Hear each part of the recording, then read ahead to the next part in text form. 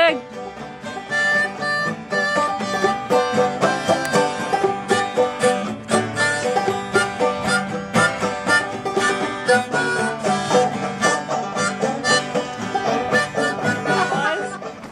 Look at here, people.